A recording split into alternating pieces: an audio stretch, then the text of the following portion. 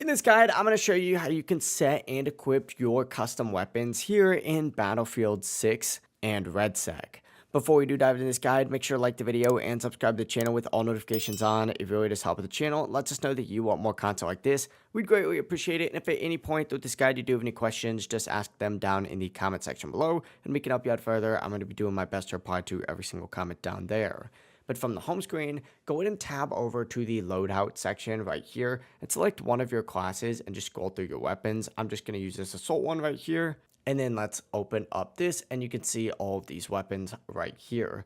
Essentially, go ahead and press square on one of those weapons. And from here, all you have to do is just hit square again to favorite it just like so. What you can also do is just find that weapon on there, open it up, and then select Y or triangle in order to go ahead and favorite it. Like for example, I could go back in this SMG, select this weapon, modify it, and then favorite it, and boom, it's going to pop up in this favorite section that you can navigate to by using L1.